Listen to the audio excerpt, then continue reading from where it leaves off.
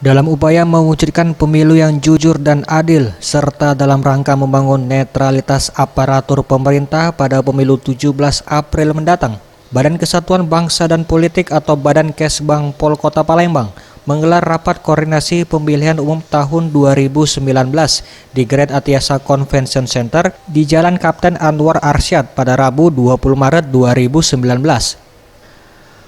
Kepala Badan Kesbang Pol Kota Palembang Altruf Febriansyah mengatakan, rapat koordinasi ini diikuti oleh semua OPD di lingkungan pemerintah Kota Palembang. Melalui rapat ini diharapkan semua OPD dapat ikut berkontribusi dalam mensukseskan pemilu 2019 sesuai dengan fungsi masing-masing.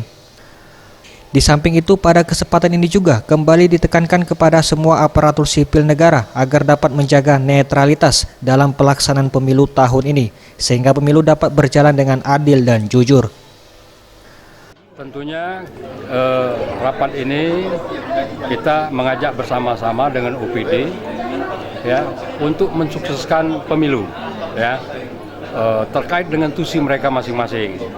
Jadi pelaksanaan pemilu besok di Palembang ini aman, damai, dan sukses. Sementara itu, staf ahli Wali Kota Palembang Sadarudin mengatakan, terkait pelaksanaan rapat koordinasi ini diharapkan semua yang ikut dapat segera mensosialisasikannya di OPD masing-masing. Dan jika masih terdapat ASN yang ketahuan tidak netral dalam penyelenggaraan pemilu akan segera diberi teguran dan sanksi khusus dari Wali Kota Palembang.